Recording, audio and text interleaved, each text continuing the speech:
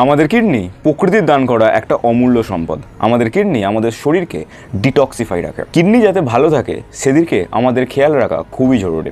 যদি একবার কিডনি খারাপ হয়ে যায় তাহলে সেটা রিপেয়ার করা খুবই চাপের। কিডনিতে যেসব সার্জারিগুলো হয় সেগুলো শুধুমাত্র খুব খরচের তাই না, সেগুলো যন্ত্রণাদায়কও। তো আজকের এই ভিডিওতে 5টা এমন আমি জিনিস বলবো যেগুলো ফলো করে আপনি খুব সহজে আপনার কিডনিকে ভালো রাখতে পারবেন। প্রথম, জল। খুব ভালো করে আপনাকে জল খেতে হবে।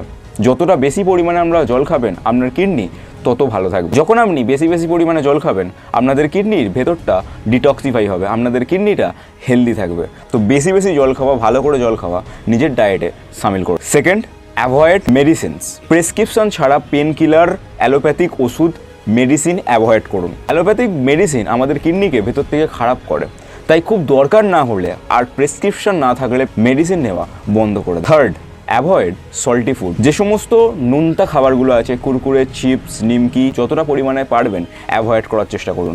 নোনতা খাবার বেশি খেলে আমাদের কিডনির ক্ষতি হতে পারে। 4, ক্রিয়েটিনিন। একবার রক্ত পরীক্ষা করে নিন, আর রক্তে যদি ক্রিয়েটিনিনের পরিমাণ বেশি থাকে তাহলে নিজের ডায়েট থেকে প্রোটিনটাকে কম করে দিন। 5 নম্বর, এক্সারসাইজ।